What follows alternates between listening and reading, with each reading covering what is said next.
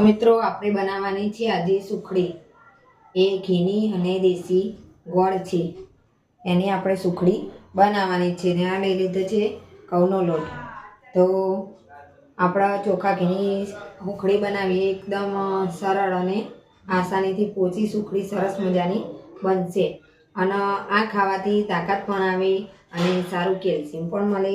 અને આ જો આ તે ગોળથી આપણને ગરમાવો પણ સારો રહે, દેશી ગોળથી અને ઘી પણ સારું છે। અત્યારે શિયાળાની અંદર આ વસ્તુ ખાવાથી આપણા છોકરાઓ અને બાળકો માટે બહુ જ સારું છે અને તાકાત પણ આવે છે। તો ચાલો આપણો વિડીયોમાં આગળ।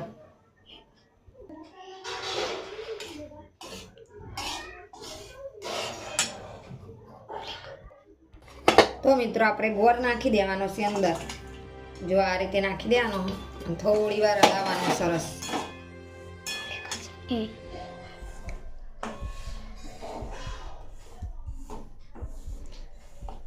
તો આપણે થોડો ગોળ ઓગળી ના જાય ત્યાં સુધી આ રીતે હલાવવાનું છે અને પાયો આવવા દેવાનો નથી, નકર પાયો આવશે તો કડક સુખડી થઈ જશે। આપણે કડક સુખડી નથી કરવાની, એના માટે આપણે ધીમે ધીમે ગોળ ધીમા તાપે, ગેસ ધીમો જ રાખવાનો, ધીમા તાપે જ આપણે ચડવીશું ગોળનો।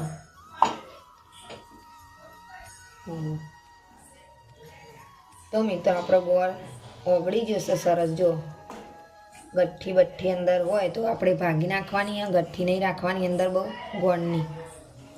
તો જો મિત્રો તમને દેખાઈ રહ્યું છે કે ગઠ્ઠીઓ અંદર હવે ગોળની સ નહીં, ને પાયો આવી જશે તો લોચા વાગી જશે।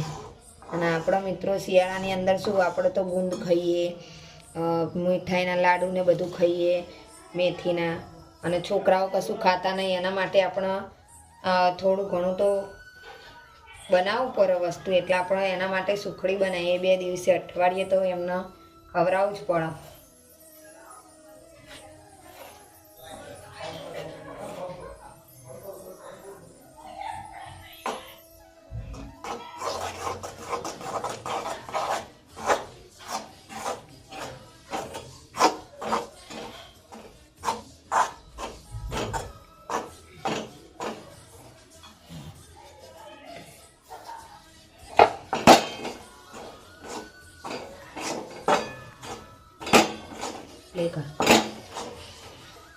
તો મિત્રો આપણે થોડું દૂધ વેરીશું એટલે મસ્ત મજાની પોચી સુખડી સરસ મજાની થઈ જશે। અને આપણે પછી તરત જ લઈ લેવાનું છે, નકર કડક થઈ જશે। સરસ મજાની આપણી સુખડી થઈ જશે રેડી। તો થાળીમાં કાઢી લઈએ।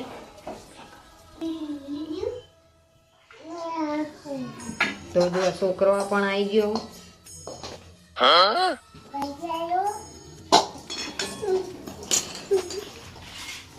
થાળી મોટી થઈ જઈ થોડી।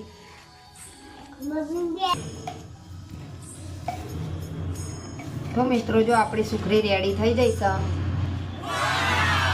સરસ મજાની, અને પછી મસ્ત કાપા પાડી દેવાના અંદર આપણે। અને ખાવામાં પણ એટલી જ ટેસ્ટી હોય, સ્મેલ એટલી મસ્ત આવે છે કે છોકરાઓ અંદર સૂતા હતા તોય પણ બહાર આવી ગયા જોવા માટે કે મમ્મીએ શું બનાવી, સ્મેલ સારી આવે નહીં।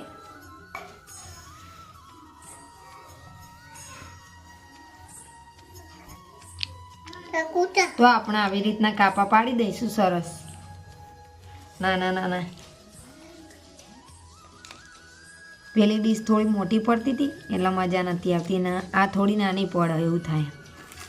પણ જો ને આ તો જો સેટિંગ થોડું, પણ સુખડી થોડી જાડી થશે આમાં। તો આ રીતના આપણે ચોહલા પાડીશું એટલે શક્કરપારા જેવા લાગે અને ખાવામાં પણ છોકરાઓને ગમે। જો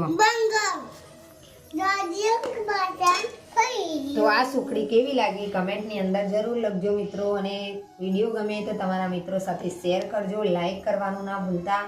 અને નવી વિડીયો માટે કમેન્ટ જરૂર કરજો કે તમારે શું શીખવું છે, એના માટે કમેન્ટ પ્લીઝ। અને હવે મળીશું નેક્સ્ટ વિડીયોમાં, ત્યાં સુધી આવજો, બાય બાય, જય માતાજી, જય શ્રી કૃષ્ણ।